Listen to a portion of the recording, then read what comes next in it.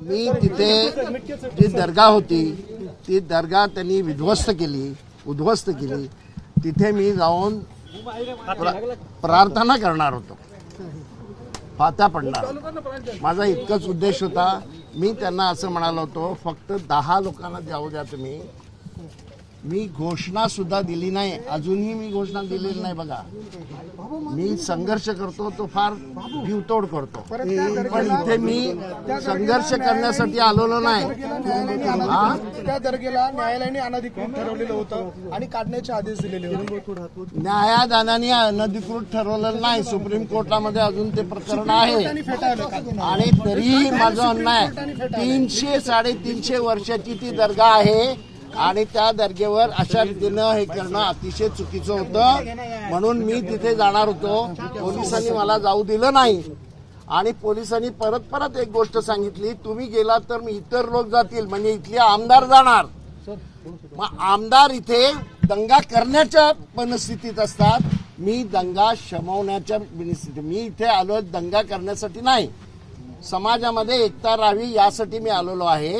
हे मी परत पोलिसांना सांगितलं. माझं कॅरेक्टर लोकांना माहिती आहे, महाराष्ट्रात सगळं मला जाणतात मी काय आहे ते. आणि अशा स्थितीमध्ये तुम्ही मला तिथे जाऊ द्या, 10 लोक नाही तर 5 लोकांना जाऊ द्या. तर ते म्हणाले नाही, मग तिथे असं गडबड करतील तर मग पोलीस डिपार्टमेंट काय?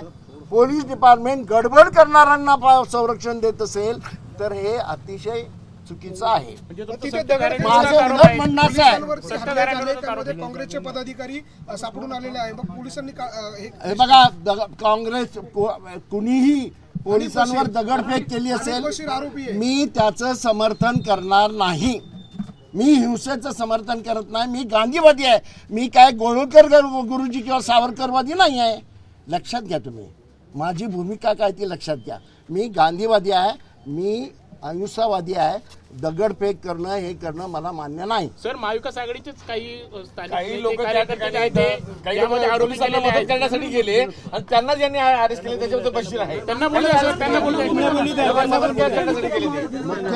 मुख्य गोष्ट अशी आहे, पोलिसांचं जे म्हणणं आहे की तुम्ही गेल्यावर इतर लोक जे जातील, मग तुम्ही त्यांना जाऊ देऊ नका ना. मला जाऊ देण्याचा काय प्रश्न आहे? माझं चारित्र्य जे आहे ते सगळ्यांना माहिती आहे, तुम्हालाही माहिती आहे. मी कुठेही दंगे फसाद करणारा माणूस नाही आहे. जे दंगे फसाद करणार त्यांना तुम्ही संरक्षण देता, त्यांचं सगळं ऐकता. त्यांच्यामुळेच हे गडबड झालेली आहे, दुसरं काही नाही. आणि माझं असं म्हणणं आहे, इथल्या आमदारांना तुम्ही अटक केली पाहिजे. ज्या पद्धतीने त्या बोलतात, म्हणजे तिथे सगळे दर्गा जे आहेत त्यांना थडगं म्हणतात, ते पहिल्यांदा चूक आहे. थडगं आणि दर्गामध्ये फरक आहे. ते थडगी काढणार आणि तिथे हनुमानाचं मंदिर बांधणार असं म्हणणाऱ्यांना तुम्ही खरं म्हणजे अटक केली पाहिजे. पोलिसांमध्ये हिंमत असेल तर ते करा. तुम्ही मला कसं अटक करता? सर्वोच्च न्यायालयाने एकदा निकाली काढलेला आहे, रद्द केलेली आहे, त्यानंतर आपण आज भेट देत आहात. असं आहे, नेमकं काय तेच पाहण्यासाठी मी जात होतो. मला तेच पाहू दिलं नाही. मी तिथे नारेबाजी केली नाही, मी घोषणाबाजी केली नाही, मी काही केलेलं नाही. मला नुसतं तिथे जाऊन बघू दे काय नेमकं आहे ते. कारण 300-350 वर्षाची ती दर्गा होती, ती तुम्ही अशी उद्ध्वस्त करण्याचं कारण काय नेमकं घडलं? इथे हिंदू मुसलमानांचं ऐक्य आहे आणि दर्गेवर तिथे 2 ट्रस्टी त्या दर्गेचे हिंदू आहेत, म्हणजे तिथे वादच नव्हता.